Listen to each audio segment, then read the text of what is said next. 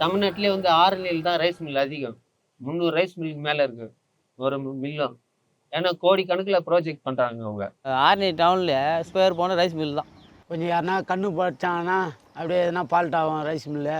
Machine எதுனா ஓடியும், அரிசி வந்து நொய்யாக ஆகிடும், ஏதாவது ஒரு ஃபால்ட் ஆகும். அதுக்காக இது வைக்கிறது. இது வச்சா இது இங்கே நின்றுடாது, டிஸ்ட்ரிக் உள்ளே போகாது. இவர் ரைஸ் மில் மட்டும் நிற்காது, ஓடுது, ரன் ஆகுது, அரிசி குத்து மட்டும் விற்கிது, நம்மளதெல்லாம் விற்கலையே. அதுமாரி கண் டிஸ்ட்ரிக் போகாமல் அதுக்கு தான் இது வரையிறது. அது வச்சாங்கன்னா அந்த அது பொம்மையை பார்த்தோன்னா கொஞ்சம் அந்த இது மாறிடும் அப்படியே. அது கல்லடி பட்டால கண்ணடி படக்கூடாதுன்னு பெரியவங்க சொல்லுவாங்கல்ல, அதுமாரி கொஞ்சம் அவங்க மைண்டு சேஞ்ச் ஆகிடும், பயந்துருவாங்க அதை பார்த்துட்டு. அப்படி பார்த்தவன் இப்படி பார்த்துருவான். அதனால கொஞ்சம் அவங்களுக்கு ஒரு நிம்மதி. பரவாயில்ல, திஷ்டி பொம்மை வரைஞ்சிட்டோம், நம்மளுக்கு அந்த கண் திஷ்டி வராது. 10க்கு 10 வருவாங்க. கொஞ்சம் வசதியாக இருங்க, 5க்கு 5 இதெல்லாம் 5 வஞ்சிக்கிறாங்க. அது மாதிரி 15க்கு 15 பஸ்ஸாக போட்டுக்கிறாங்க, பேனர் மாரி அப்படியே போட்டு வச்சுக்கிறாங்க. அதை வஞ்சிக்கிறது வந்து 5க்கு 5 அடியே, அகலம் வந்து 4 அடி இருக்கும். ஃபஸ்ட்டு 600 ரூபாய் தான் கொடுப்பாங்க, சின்னதாக வரைவோம். அதுக்கப்புறம் என்ன பண்ணோம், 2000 ரூபாய் கொடுங்க, 3000 ரூபாய் கொடுங்கன்னொன்னே நாங்களே பெருசாக வரைய ஆரம்பிச்சிட்டோம். எங்களுக்கும் அதேமாரி வரையப்பா பெருசா எவ்வளோ ஆகுங்கன்னா 3000 ரூபான்னா சரி வரைங்க அதேமாரி அப்படின்னு சொல்லுவாங்க.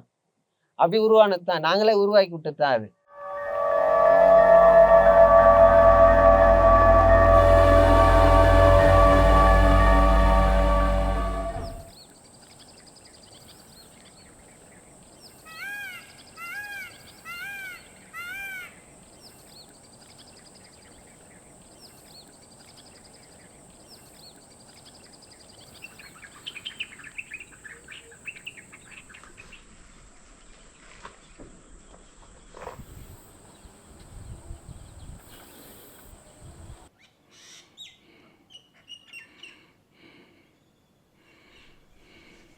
கண் திருஷ்டிக்குன்னு சொல்லி சென்ட் சேவியர் காலேஜுக்கு போகும்போது இந்த ஒரு எரோட்டிக் ஸ்கல்ப்சரு டெரக்கோட்டா தான், இவ்வளோ உயரத்துக்கு இருக்கும். அது ஒரு ஆணும் பெண்ணும் இருந்துச்சு. அதுக்கு ஆமாம் இது என்னையா அப்படின்னு சொன்ன உடனே அவங்க என்ன சொன்னாங்கன்னா, இது வந்து கண் திருஷ்டி பொம்மை. இந்த பகுதியில் வந்து வயலில் வைப்பாங்க. ஒன்று கண் திருஷ்டிக்காகவும், ஒன்று அதனுடைய வளமை, ஒன்று செழித்து வளரணும் அப்படிங்கிற இடத்துலையும் இதை கருதுகிறாங்க. இன்னொன்று வந்து கண் திருஷ்டி பொம்மைக்கு பதில் இதை வைக்கிறாங்க. அதில் நமக்கு கிடச்சது ஒரு ஸ்பெசிமெனாக கலெக்ட் பண்ணி கொண்டாந்து வச்சோம் அப்படின்னு சொன்னாங்க.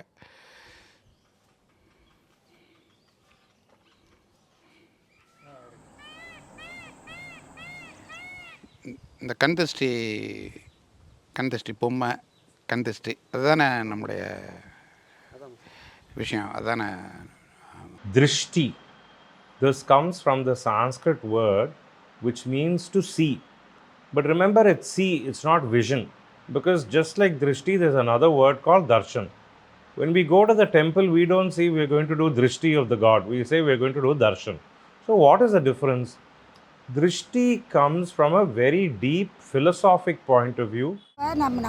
நம்மளோட கொஞ்சம் வசதியானவங்களை பார்த்தாங்கன்னா ஏகப்பட்ட வசதியாகிட்டாங்களே, இப்படி ஆகிட்டாங்களேன்னு பேசுகிறாங்கல்ல, அதுதான் கந்திஷ்டி. ஒரு போராமன்னு சொல்கிறாங்கல்ல, அதுதான் கந்திஷ்டி. அந்த பையலை வீட்டுக்கு கூப்பிட்டு வராரு, அவன் பார்க்குற பார்வையே சரியில்லை. அவன் பார்க்குற பார்வை சரியில்லைன்னா நம்ம வீட்டில் இருக்கிற சுவரில் வெள்ளை அடிச்சிருக்கிறோம்ல, அது கருப்பாக போக போகிறதில்ல. ஆனால் வீட்டில் ஏதாவது திருடு போயிடும். அதுதான் இங்கே பிரச்சனையே. மற்றவங்க கண் பற்றும், கண் திருஷ்டி அப்படிங்கிறத நம்ம எப்படி பார்க்க வேண்டியது இருக்குது அப்படின்னா, யார் மேலே நமக்கு நம்பிக்கை இல்லைன்னு தான். இப்போ நம்ம ஒரு செய்தித்தாளில் வந்து 48 பேர் மரணம் அப்படின்னு படிக்கிறோன்னு வச்சிங்களேன், அது ஈஸியாக கடந்துருவோம். ஆனால் ஒரு 2 பேருடைய உடல், கருகி போன உடலை அதில் ஃபோட்டோகிராஃபாக பார்த்தோம்னு வச்சுக்கோங்களேன், நம்மளை அதிகமாக தாக்கும். நம்ம உள்வாங்கிற விஷயத்துக்கு காட்சி ரீதியான உள்வாங்கல் இருக்குல்ல, அது நம்மளை அதிகமாக வைப்ரேட் பண்ணுது, நம்மளை வந்து அதிகமாக தாக்குதுங்கிற இடத்துல தான் வந்து இப்போ நம்ம இந்த கண் திருஷ்டி பொம்மைக்கெல்லாம் போக வேண்டியது இருக்குது. கண் திருஷ்டி பொம்மை, அப்புறம் கண் திருஷ்டியை கழிக்கிறது, சாங்கியம் இருக்குல்ல, அதுக்கு ஒரு சாங்கியம் இருக்குது, அப்படிலாம் போக வேண்டியது இருக்குது.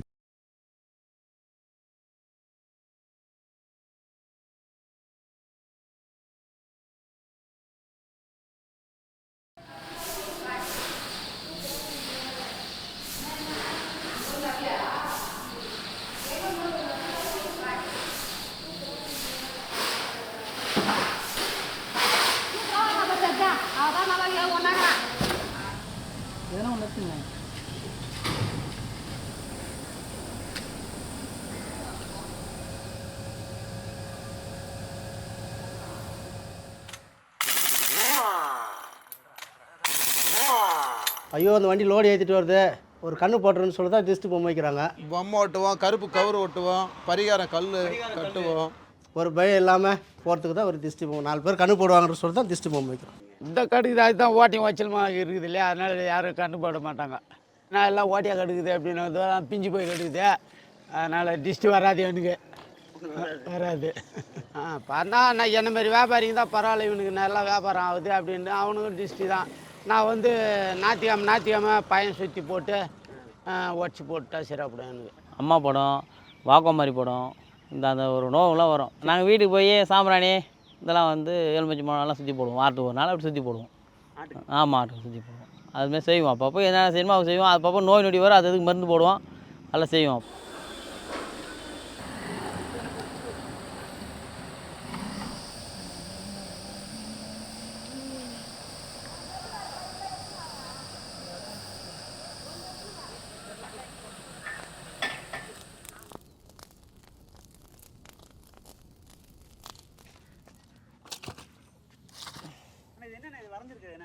இது ராகாசி பாது. இது வந்து டிஸ்ட்ரியே தான். இது வந்து வீட்டுங்கள்லாம் நம்ம பொம்மை வரையில இல்லையா, அதே போல் வந்து இந்த டிஸ்ட்ரி வந்து யார் கண்ணும் படக்கூடாது, ஏதாவது இதுன்னா கூட இது பார்த்துக்கிற மாதிரி வந்து இது வந்து கல்லெல்லாம் அடிக்கிட்டு நம்ம கோலம் போகிறோம் இல்லையா மாவு, அந்த மாவு வச்சு இது வரையுது. இது வந்து தலை, இது வந்து இது கை, இது வந்து உடம்பு, இது வந்து 2 கால். நம்ம வீட்டுக்குள்ளே எப்படி போகும்போது டிஸ்ட்ரி பொம்மை வீட்டு இதில் இருக்கு, அது போல் இது வந்து சூளைக்கு வந்தது. வந்து இது இல்லாத நாங்கள் பண்ண முடியாது. இது வச்சு தான் நாங்கள் எப்போ சூளை போட்டாலும் சரி, இது போடாத நாங்கள் போடவே மாட்டோம். இது வந்து எவ்வளோ பெரிய சக்தி வந்தாலும் இது வந்து தாங்குற மாதிரி. இது வந்து ஏதாவது ஒரு மழையோ இல்லை வெயில் அதிகமாக இருந்தாலும் இது வந்து தாங்குற மாதிரி, இந்த எல்லா பவரும் இது எடுக்கிற மாதிரி வந்து. நம்ம எப்படி கோயிலுக்கு போனால் சாமி கும்பிட்றோம், அதுபோல் இது வந்து ஒரு சாமி மாதிரி இது. ஆமாம், கண் திருஷ்டினா இது இது இல்லாமல் எந்த செங்கல் சொல்லியுமே இது இல்லாத போடவே மாட்டாங்க. இதை நீங்கள் யார்கிட்ட கற்றுக்கிட்டீங்க இந்த பழக்கத்தை போடணுங்கிறத? இது பரம்பரமாக வர வேண்டியது. அது வந்து இது கற்றுக்கிறதுலாம் இல்லை, எங்கே இது வந்தாலும் வந்து எங்கள் அப்பாலேருந்து இப்போ நாங்கள்லேருந்து எல்லாம் இது பண்ணி. இது இன்றைக்கின்னு நினச்சிக்கிட்டு இருக்காதுங்க. இது ஒரு எப்போ ஒரு 40,000 வருஷத்துக்கு முன்னால் அந்த யானை தந்தத்தில் வந்து சிங்கத்தலையும் மனித உடம்பும் பண்ணானோ ஒரு அகழ்வாயில் கிடச்சது. அது ஐரோப்பா பகுதியில் தான் கிடச்சிருக்குது. அது 40,000 வருஷம்னு சொல்கிறாங்க அந்த டேட்டாஸு. அப்போவே அவன் கண் திருஷ்டிக்கு போயிட்டான்னு அர்த்தம். All this concept of Drishti comes from the first world view, which is the world is a fearful place to live in. Fears process the way we act.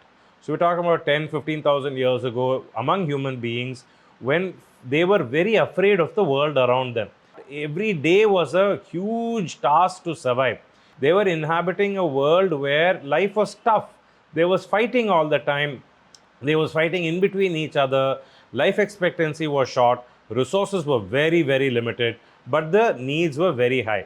In the situation, when they dealt with the nature around them, you understand, nature can be very, very harsh, where everything is either a prey or food for you. So in the forest, it's always about fear.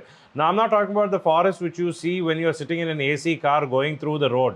I'm talking about actually living in the forest. So that is Matsya Nyaya, where the big fish eats the small fish, where the entire system functions on fear. So they lived in that kind of a situation, and fear was their important motivator. உங்களுடைய மரண பயத்தை தான் நீங்கள் என்ன செய்கிறீங்கன்னா பொம்மையாக மாற்றுறீங்க.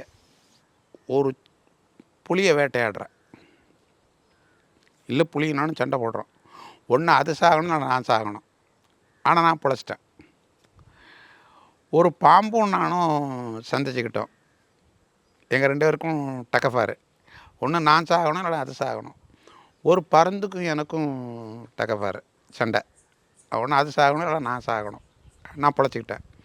ஒரு உச்சத்தில் பார்த்தீங்கன்னா, நீங்களே அது வாங்குகிற ஒரு தருணம் இருக்கும். டேய் நான் கொஞ்சம் அப்படி திருப்பி இருந்துச்சுக்கோ, அந்த பாம்பு ஒரே படம் போட்டிருக்கோம் அப்படிங்கிற அந்த தருணம் இருக்குல்ல, அந்த தருணம் நம்ம மனசுக்குள்ளே கிடக்கும். இப்போ என்னுடைய தூக்கத்தில் ஒரு சின்ன அப்படி ஒரு திடுக்கு வருது. அது அந்த நாகத்துடைய பல்லா, இல்லை அந்த புலியினுடைய பல்லா, இல்லை அந்த யானையினுடைய தந்தமா, இல்லை அந்த பருந்தனுடைய கூரிய அந்த கால் நகங்களா அப்படின்னா எல்லாமே தான் அது. அது வேறு வேறு ஜாடையாக இருக்குது. இப்போ நான் என்ன செய்கிறேன்னா, என்னுடைய பயத்தை போக்கிக்கிறதுக்கு அதை எனக்கு ஃப்ரெண்ட்லி ஆக்கிக்கிறேன். நான் அதை பொம்மையாக பண்ணி என் கையில் வச்சுக்கிறேன். நம்முடைய பயத்தை போக்குறதுக்கு அந்த பயத்துக்கான காரணியை தேடி ஒரு பொம்மை பண்ணி அந்த பொம்மையை நம்ம கையில் வச்சுக்கிறோம். அதுதான் நம்முடைய கடவுளுக்கான பொம்மை.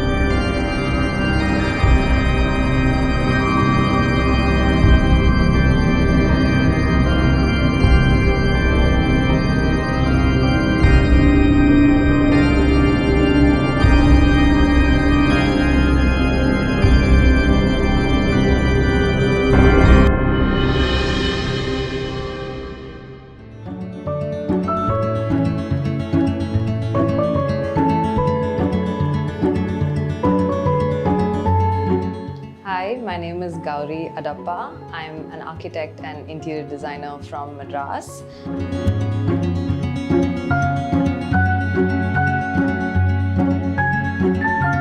As a practice, we like to incorporate a lot of Indian elements in our designs. So I think Drishti Bommai has been part of my design journey. It's been omnipresent in my work because we used it. We used a piece that I sourced from HP Studio back in 2019 for a client. I used it recently for a house that we did in Sterling Road, where the theme was Madras and South India. We used a Drishti Bommai from Souk, which was mounted on a pedestal, which was very, very old again. And today we're sitting here and we've done this wallpaper, which was kind of taken inspiration from this equestrian wallpaper that we saw. We kept that background and that color, and we juxtapose it with these Drishti Bommais, and it works so beautifully. So what we've done is we've taken images of different Drishti Bommais. Like if you see, each art form is different. This is a very common one that you see all over Madras. If you see the faces, they're so different. This is a little more tribal and a little more raw. This is very, very detailed. So the styles are so different. This again has a very different detail. But then we've kind of just put all of them together in a very muted, monotone background.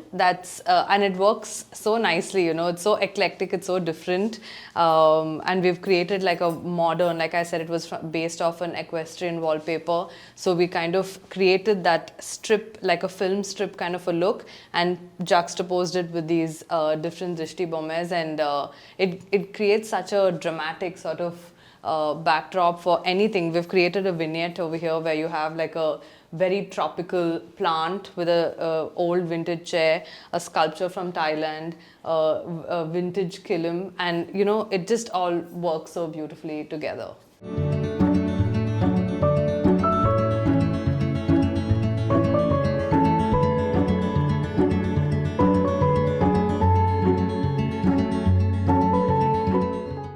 செம வித்தியாசம் இருக்குது. இது மாதிரி கண்ணு பார்த்ததும் இல்லை, இது பல்லு இவ்வளோ பெருசு பார்த்ததில்லை.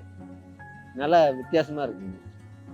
அது பூசணிக்காய் சின்ன வயசுலேருந்தே பாப்பில் வரையுது. பூசணிக்காய் வீடு கட்டும்போது பூசணிக்காய் வரைஞ்சி வைப்பாங்க.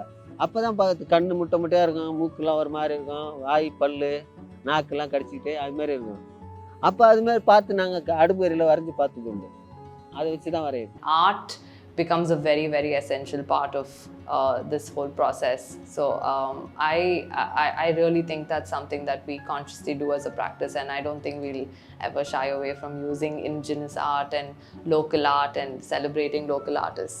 பெரிய பெரிய ஆர்டிஸ்ட்டுக்கு வேலையே இல்லாமல் போயிடுச்சு. ஏன்னா நாங்களாம் எழுத கற்றுன்னு இருக்கோம். அதனால் எங்களுக்கு டெய்லி வேலை வந்துடுது. போர்டு எழுதுறதுக்கு வந்துடும். வெறும் படம் மட்டும் கற்றுக்கணுங்களுக்கு வேலை யாருமே கொடுக்கறதில்ல. இருந்தால் தானே போவாங்க. சாப்பாட்டுக்கு கஷ்டப்பட்டு எவ்வளோ பேர் செத்து போனாங்க. So as a practice, we really like to celebrate local artists and craftsmen, and the fact that these are all generational craftsmen who've been doing this for like decades. You know, their grandparents used to do it, their fathers used to do it, the kids are doing this today. It's a sort of dying art, which is sad to see. And the fact that we're celebrating it and kind of trying to revive this art and this culture that is kind of getting lost is sort of what we do as a practice. And you know, to see it's such beautiful work that is slowly disappearing. I'm worried that as our villages become more and more, they lose their touch with their local roots, they become more influenced by films. I'm very worried. Even now, I think a lot of the village dances that we've had, the functions that we've had, the traditions that we have are already lost. That is something that we don't want to let happen. And I think as a design community as well, this is something that is becoming quite part of a design language as a whole in this country. And I'm very, very happy to be supporting them and use them in whatever way I can in my projects.